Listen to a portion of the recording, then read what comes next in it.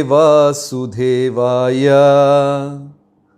नारायणं नमस्कृत्य नरं चैव नरोत्तमं देवीं सरस्वतीं व्यासं ततो जयमुदीरये। हे कृष्ण करुणा सिन्धु दीनबन्धु जगत्पते गोपेश गोपिका कांत राधा कांत नमोस्तुते। तप्त कांचन गौरांगी राधे वृंदावनेश्वरी वृषभानुसुते देवी प्रणमामि हरिप्रिये। वाञ्छाकल्पतरुभ्यश्च कृपा सिन्धुभ्य एव च पतितानां पावनेभ्यो वैष्णवेभ्यो नमो नमः। जय श्री कृष्ण चैतन्य प्रभु नित्यानंद श्री अद्वैत गदाधर श्रीवासदि गौरभक्तवृंद। हरे कृष्ण कृष्ण कृष्ण हरे हरे, हरे राम राम राम हरे हरे। ஸ்ரீ ஜகன்னாத் சுவாமி ரத யாத்ரா கி ஜாய். எல்லா பக்தர்களுக்கும் என்னுடைய பணிவான மாலை வணக்கம். எல்லாருமே ரத யாத்ரா இந்த மாதிரி புண்ணிய நாளில் ஜெகநாதருடைய தரிசனம் எடுத்து ஆனந்தமாக இருக்கீங்க. ஆனால் ஜெகநாத் பூரியில் இன்றைக்கி ரத யாத்ரா நடக்குது. கடந்த 5000 வருடங்களாக இவ்வளவு மக்கள் தொகை குறைவாக நடந்த ரத யாத்திரையே கிடையாது அப்படின்னு வரலாற்று அறிஞர்கள் சொல்கிறாங்க. குறைஞ்சபட்சம் 5 லட்சம் பேராவது ரத யாத்திரையில் பங்கெடுக்க வருவாங்க. ஜெகநாதருடைய தேரை வடம் பிடித்து இழுக்கிறதுக்காக குறைஞ்சபட்சம் 5 லட்சம் பேராவது வந்துட்டுருப்பாங்க. ஆனால் இந்த வருஷம்தான் ரொம்ப கம்மியாக ஏதோ 3000-4000 பேர் வந்திருக்காங்களாம். அது அவங்களுக்கு ரொம்ப கம்மி. இப்போ ஜெகநாதருடைய லீலை இந்த மாதிரி ஒரு ரத யாத்திரை நடக்குது பூரியில். உலகம் பூரா அகில உலக கிருஷ்ண பக்தி இயக்கத்தின் சார்பாக நூற்றுக்கணக்கான ஜெகநாதர் தேர் திருவிழா நடக்க வேண்டிய இந்த நாள். ஆனால் பகவானின் லீலை எல்லாமே இணையதளம், ஆன்லைன், இன்டர்நெட் வழியாக ரத யாத்திரை நடக்குது. அதுவும் ஒரு புதுமை தான். இன்றைக்கு காலையில் மாயப்பூரில் ராஜாப்பூர் ஜெகநாதர் எவ்வளவோ நூற்றுக்கணக்கான பக்தர்களை, ஆயிரக்கணக்கான பக்தர்களை இன்றைக்கி சந்திச்சிருக்காரு. ஆயிரக்கணக்கில் ஆரத்தி நிவேத்தியம் அவர் ஏற்றுக்கொண்டு இருக்கிறார். அப்போ கூட டிவோட்டிஸ் சிலவங்க சொன்னாங்க, எப்படி இது இணையதளத்தில் இன்டர்நெட்லலாம் எப்படி அது சரி ஆகுமா அப்படின்லாம் கேட்டாங்க. ராமானுஜருடைய காலத்திலேயே இது ராமானுஜருடைய லீலையில் நடந்த ஒரு விஷயம். அவர் ஸ்ரீரங்கத்தில் இருக்கிறார். ஸ்ரீபெரும்புதூரில் இருக்கக்கூடிய தொண்டர்கள்லாம், பக்தர்கள்லாம் அவர்கிட்ட, நீங்கள் ஸ்ரீரங்கத்திலேயே நிரந்தரமாக இருந்து விட வேண்டும் அப்படின்னு சொல்லி மன்றாடி கேட்டுக்கொள்கிறார்கள். அப்போ ராமானுஜர் என்ன செய்கிறாரு, சரி ஸ்ரீரங்கத்தில் இருக்கும்போது நான் தவறாக சொல்லிட்டேன், ஸ்ரீபெரும்புதூர் பக்தர்கள் நீங்கள் ஸ்ரீபெரும்புதூரில் தங்கணும் அப்படின்னு மன்றாடி கேட்டுக்கொள்கிறார்கள். ராமானுஜர் என்ன செய்தார்னா, சரி அப்படின்னு சொல்லி அவருடைய ஒரு விக்கிரகம் செய்து, ஒரு உருவம், ஒரு விக்கிரகத்தை செய்து, இதை நீங்கள் போய் ஸ்ரீபெரும்புதூரில் வச்சு வழிபட்டு வந்தால் போதும், ஆராதனை செய்தால் போதும், எனக்கும் இந்த விக்கிரகத்துக்கும் எந்த ஒரு வித்தியாசமும் கிடையாது அப்படின்னு சொல்லிவிடுறார். பக்தர்கள்லாம் போயிட்டாங்க, குரு சொல்லிட்டாரே அப்படின்னு சொல்லி போனாங்க. ஸ்ரீபெரும்புதூரில் ராமானுஜருடைய விக்கிரகம் பிரதிஷ்டை நடக்குது. அந்த நேரத்தில் ராமானுஜர் ஸ்ரீரங்கத்தில் உபன்யாசம் நடத்தி கொண்டிருக்கிறார். அந்த பக்தர்கள் பார்த்து அதிர்ந்து போயிட்டாங்க. அவர் கண்ணிலிருந்து ரத்தம் கசியுது, ராமானுஜருடைய கண்ணிலிருந்து ரத்தம் கசியுது. உடனே பக்தர்கள்லாம் பயந்து ஓடி போய் என்ன ஆச்சு குருதேவா என்ன அப்படின்னு கேட்கும்போது ராமானுஜர் சொல்கிறார், என்னுடைய விக்கிரகத்திற்கு பிரதிஷ்டை நடந்துக்கிட்டு இருக்கு ஸ்ரீபெரும்புதூரில் அப்படிங்கிறார். சரி, நல்ல விஷயந்தானே, அப்புறையே கண்ணில் ரத்தம் வருது அப்படிங்கும்போது, அவர்கள் நம்பிக்கை இல்லாமல் செய்து கொண்டிருக்கிறார்கள். இது வெறும் பிம்பம், லோகம், ஒரு மெட்டல் அப்படின்னு நினச்சிக்கிட்டு இருக்காங்க அப்படிங்கிறார். புராணத்தில் அழகான ஒரு ஸ்லோகம் இருக்கு. அர்ச்சையே விஷ்ணு சிலாதீர் குருசு நரமதிர் வைஷ்ணவேர ஜாதி புத்தி எஸ்யவா நரகிஸ்ஸஹா.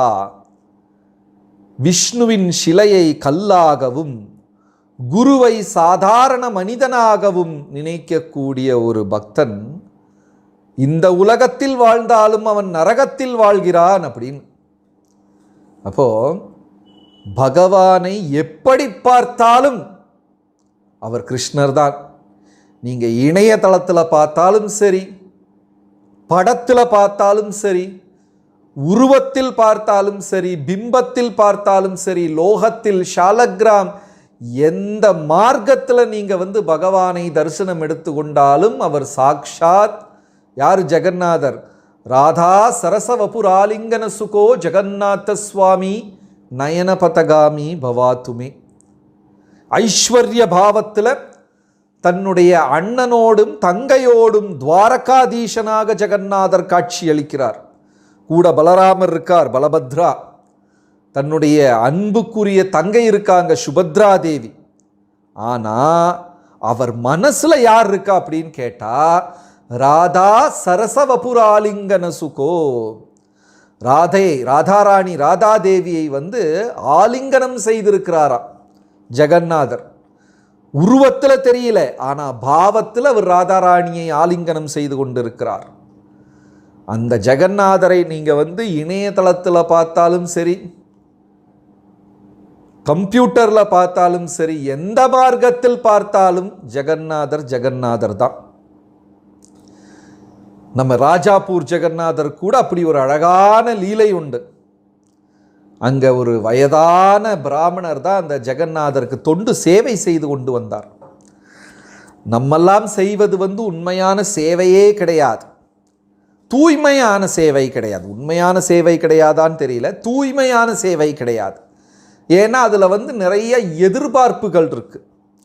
ஆனால் அந்த ராஜாப்பூரில் அந்த பிராமணருடைய பெயர் மறந்து போய்விட்டது. அந்த பிராமணர் அந்த அளவுக்கு தூய்மையாக தன்னை அர்ப்பணித்து கொண்டு வேற எந்த சிந்தனையும் இல்லாமல் பகவானை சேவை செய்தார். ஆனால் வருஷம் பூரியில் ரத யாத்திரை நடக்கும்போது அவர் மனசில் சின்னதாக ஒரு சங்கடம். எவ்வளவோ வருஷம் ஆயிடுச்சே, இதுவரைக்கும் பூரியில் நடக்கக்கூடிய ரத யாத்திரையை நான் பார்த்ததே கிடையாது அப்படின்னு. அது திருவிழான்னா அதுதான் திருவிழா. அப்படியே லட்சக்கணக்கில் பக்தர்கள், ஊர் மக்கள், அரசர், மந்திரி, படையாள் அப்படின்னு வித்தியாசம், பாகுபேதம், ஒரு பாகுபாடே இல்லாமல் அத்தனை பேரும் ஜெகநாதர் வடத்தை பிடித்து இழுப்பாங்க.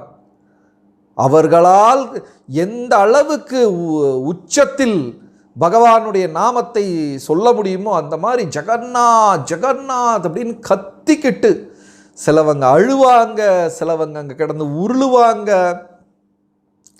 சில பக்தர்கள் ரத யாத்திரையில் தற்கொலை செய்து கொள்வதற்காக கூட கொஞ்சம் பேர் வர்றாங்க. இப்பெல்லாம் என்ன பண்ணிட்டாங்கன்னா, ரதத்துக்கு சுற்றியும் காவல்துறையினர் நின்றுக்கிட்டு எல்லாம் இந்த கயிறை வச்சு யாரையும் உள்ள விடல. ஆனால் ஒரு 4-5 வருடங்களுக்கு முன்னெல்லாம் உயிர் விடுறதுக்காக வருவாங்க ஜெகநாதர் ரத யாத்திரை. அவர் ரதம் அப்படி போங்க 20-24 சக்கரத்தோட அதில் போய் விழுந்து உயிர் விடுவார்கள். ஏன்னா ஜெகநாதர் பாதத்தில் உயிர் துறந்து விட்டால் வைகுண்டம் கண்டிப்பாக கிடைச்சிரும் அப்படின்னு சொல்லி அது வேற தனியாக செய்வாங்க. அப்படி ஜெகஜோதியா கோலாகலமான ஒரு திருவிழா, ஜெகநாதர் திருவிழா பார்க்கணும்னு சொல்லி இந்த ராஜாப்பூர் பிராமணருக்கு ஒரு ஆசை, பெரும் ஆசை. ஆனால் எப்படி போகுது? ஏன்னா இங்கே ஜெகநாதருக்கு சேவை செய்யணும், கைங்கரியம் செய்யணும், இதெல்லாம் சேவையெல்லாம் விட்டுக்கிட்டு எப்படி போகிறது? ஏன்னா நம்ம இயக்கத்தில் வந்து சேவை செய்வதுதான் பக்தனின் குறிக்கோள். பகவானின் தரிசனம் எடுப்பது கூட இரண்டாவது தான். பிரபுபாதர் சொல்லியிருக்காரு, நீங்க கிருஷ்ணரை பார்க்க முயற்சி செய்ய வேண்டாம், அந்த அளவுக்கு அழகாக சேவை செய்யுங்கள், கிருஷ்ணரே வந்து உங்களுக்கு முன்னாடி தென்படுவார் அப்படின்னு பிரபுபாதர் சொல்லியிருக்கார்.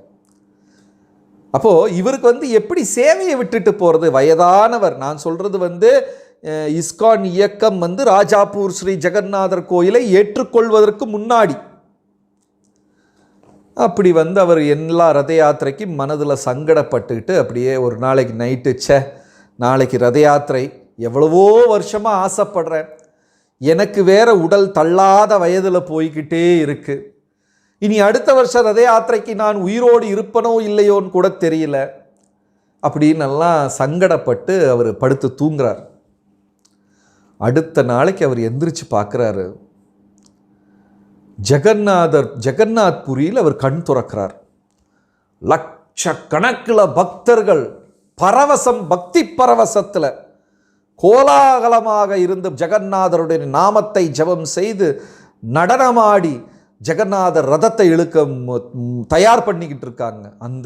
அந்த ஊரில் காலையில் கண் துறக்கிறார் இந்த வயதான பிராமணர்.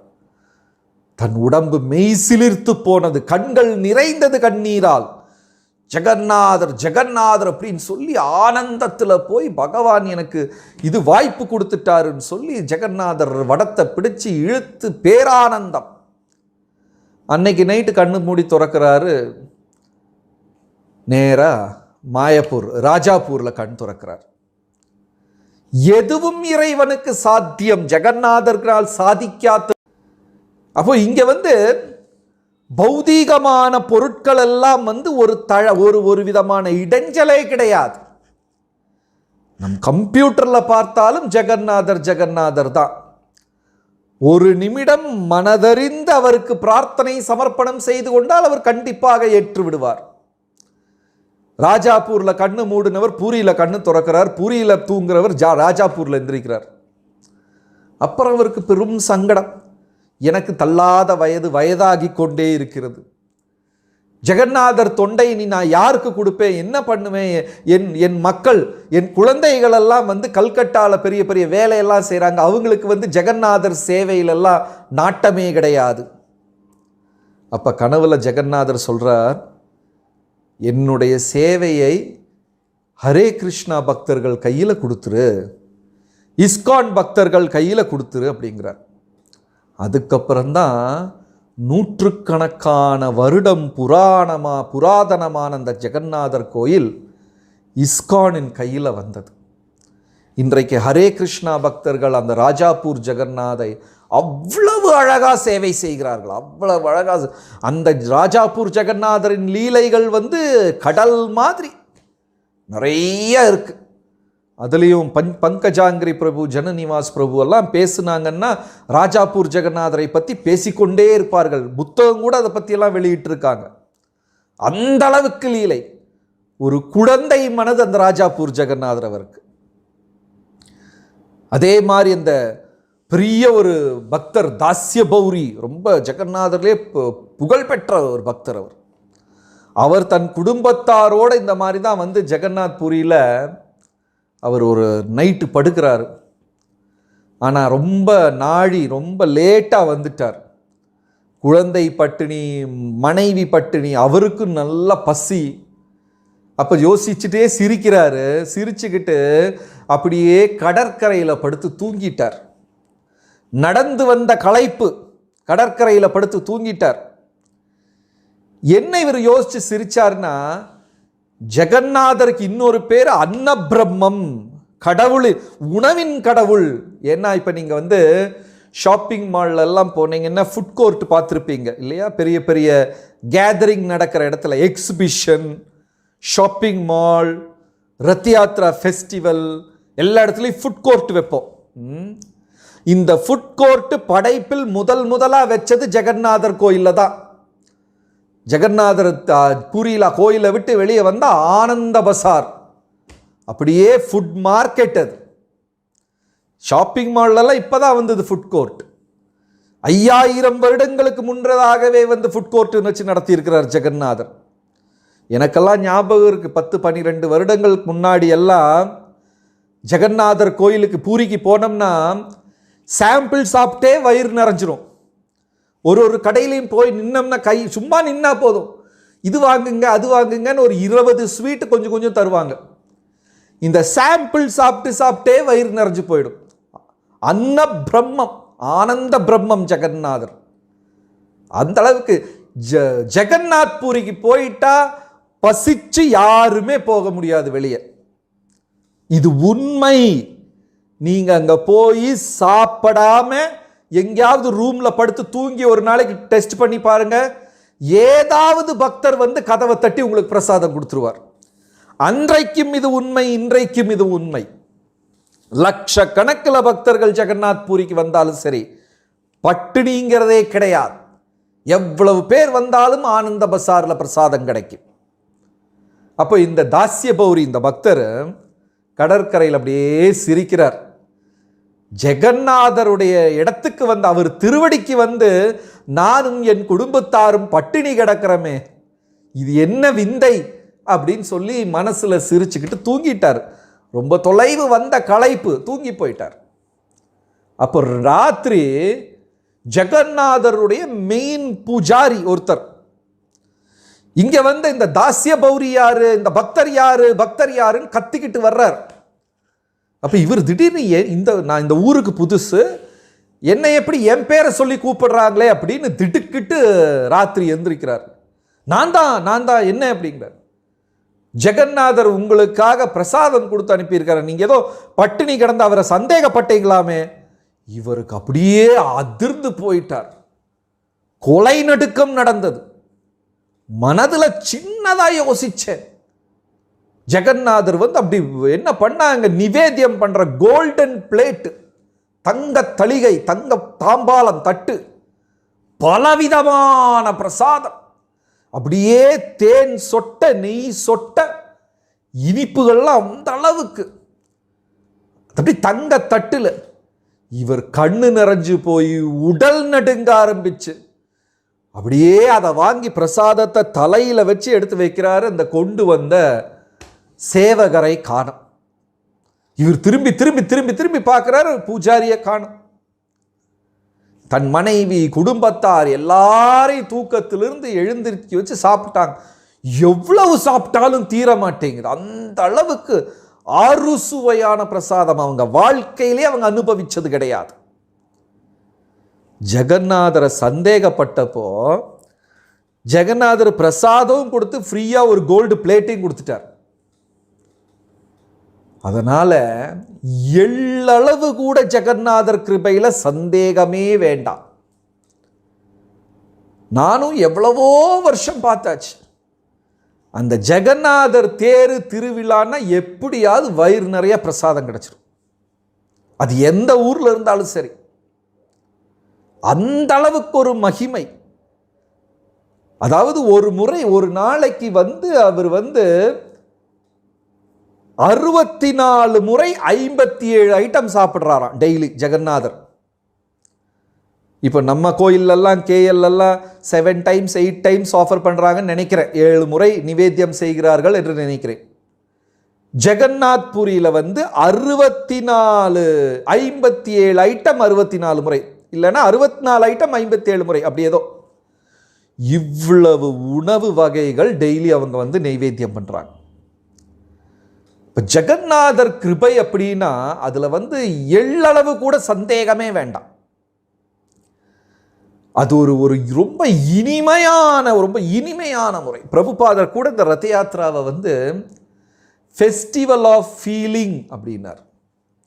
சில குரு ஆச்சாரியர்கள் வந்து ஃபெஸ்டிவல் ஆஃப் லவ் அப்படின்னு சொன்னாங்க. ஆனந்தத்தின் திருவிழா, உணர்வுகளின் திருவிழா. தவத்திரு ராதாநாத் சுவாமி மகாராஜ் அவர்கள் வந்து ஒரு சொற்பொழிவில் சொல்றாரு, இல்ல சைத்தன்ய மகாபிரபு சொன்னது அவர் சொல்றார் சைத்தன்ய சரிதாமிரதத்தில், this is festival of seva, சேவையின் திருவிழா அப்படிங்கிறாங்க. இது ஆனந்தத்தின் திருவிழா, உணர்வுகளின் திருவிழா, அப்புறம் சேவையின் திருவிழா. ஏன்னா ரத்த யாத்திரான சேவை தான். பக்தர்கள் அந்த அளவுக்கு இனிமையாக சேவை செய்து, இந்த ரத யாத்திரைக்கு முன்னாடி குண்டிச்சா மார்ஜனம் அந்த கோயிலை சுத்தப்படுத்துவார்கள். ஏன்னா வருஷத்துக்கு ஒரு முறை தான் ஜெகநாதர் அங்கே போகிறார். அதனால் அந்த வருஷம் முழுவதும் அங்கே இதாக இருக்கும், அது குப்பையாக இருக்கும் அப்படின்னு சொல்லி ஜெகநாதர் சைத்தன்ய மகாபிரபு தன்னுடைய அடியார்கள், தொண்டர்கள், சேவகர்கள், பக்தர்களை எல்லாம் கூட்டிகிட்டு போய் ஒரு 10, 200, 300 பேர், there should not be even a particle of dust. குப்பையின் ஒரு அணு கூட இந்த மண்டபத்தில் இருக்கக்கூடாது, இந்த கோயிலில் இருக்கக்கூடாது, சுத்தப்படுத்துங்க அப்படிங்கிற சொல்லிட்டு அவர் மாறி நிற்கல. சைத்தன்ய மகாபிரபு இறங்கி தன்னுடைய அங்க வஸ்திரத்தை எடுத்துக்கொண்டு, மேலாடையை எடுத்து அந்த கோயிலை திருப்பணி சுத்தம் செய்கிறார். அது மட்டும் அவர் செய்யறத பார்த்த உடனே பக்தர்கள்லாம் பெருந்திரளாக எல்லாரும் கோயிலை சுத்தப்படுத்த ஆரம்பிச்சிட்டாங்க. மகாபிரபு சொல்லிட்டார், குப்பையின் ஒரு அணு கூட அங்கே இருக்கக்கூடாது. அப்புறம் என்ன சொன்னார் மகாபிரபு? யாரு மேக்சிமம் குப்பை பொறுக்கிறாங்களோ, குப்பை அள்ளுறாங்களோ, அவர்களுக்கு தான் முழுமையான கருணை. அந்த அளவுக்கு கருணை, எவ்வளவு குப்பை எடுக்கிறீங்களோ அந்த அளவுக்கு கருணை அப்படிங்கிறார். உடனே பக்தர்கள் சுத்தம் செய்து அந்த நிலத்தை பளிங்கு போல் மாற்றி, அந்த பளிங்கு போல் மாறிய இடத்தை மறுபடியும் சுத்தம் செய்தார்கள். அந்த அளவுக்கு ஆனந்தத்தில் சேவை செஞ்சுக்கிட்டு கோயில் சுத்தம் ஆயிடுச்சு, இருந்தாலும் சுத்தப்படுத்திக்கிட்டே இருக்காங்க. யோசிச்சு பாருங்க அந்த ஆனந்தம், சேவையில் இருக்கிற ஆனந்தம். நம்ம கூட சேவை செய்வோம், தீந்துதா தீந்துதா, முடிஞ்சுதா முடிஞ்சுதா அப்படின்னு சொல்லி முடியறதுக்கு முன்னாடி ஓடி போயிடுவோம். இங்க சேவை முடிந்தது. குண்டிச்சா கோயில் அவ்வளவு பவித்திரமாக சுத்தமானது. இருந்துகிட்டு சுத்தப்படுத்தின இடத்தையே சுத்தப்படுத்திக்கிட்டு இருக்கிறாங்க. அவங்களால நிறுத்த முடியல, சேவையை நிறுத்த தெரியவில்லை. பாருங்களேன் இந்த பக்தர்கள் நிலைமையை. செஞ்ச சேவையை எப்படி நிறுத்தணும் தெரியல. ஏன்னா ஆனந்தம், உள்ளுக்குள்ள ஆனந்த பரவசம் ஆடிக்கொண்டிருக்கார்கள். இப்போ நம்ம கூட சில நேரம் கீர்த்தன் நடத்துவோம். பக்தர்கள் ரொம்ப இனிமையாக பாடுறவங்கெல்லாம் கீர்த்தன் பண்ணுவாங்க. நம்ம கிருபாஸ் பிரபு, அப்புறம் கோகுல் எல்லாம் இருக்காங்கல்ல, ரொம்ப அழகாக பாடுறாங்க. நானும் கூட அதெல்லாம் பார்த்து முயற்சி பண்ணேன், பாட்டே வரல.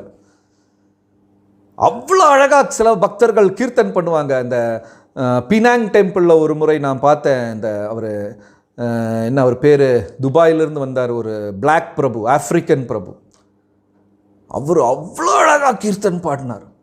பாடி கீர்த்தனை நிறுத்த விட மாட்டேங்கிறாங்க. மணி ராத்திரி 8 ஆனது 9 ஆனது. அவர் நிறுத்தினா ஹரிபோல் ஹரிபோல் அப்படின்னு மறுபடியும் கத்துறாங்க. அவர் நிறுத்தலை.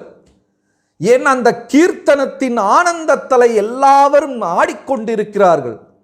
அதனால் அந்த கீர்த்தனத்தை நிறுத்த மனம் வரவில்லை. இனியும் இனியும் பாடுங்க பாடுங்க பாடுங்க, பாடிக்கிட்டே இருக்கார் அவர். பாவம். அதுக்கப்புறம் எனக்கு ஞாபகம் 11:30 மணிக்கோ 12 மணிக்கோ நிறுத்தினார், தளர்ந்து போய்.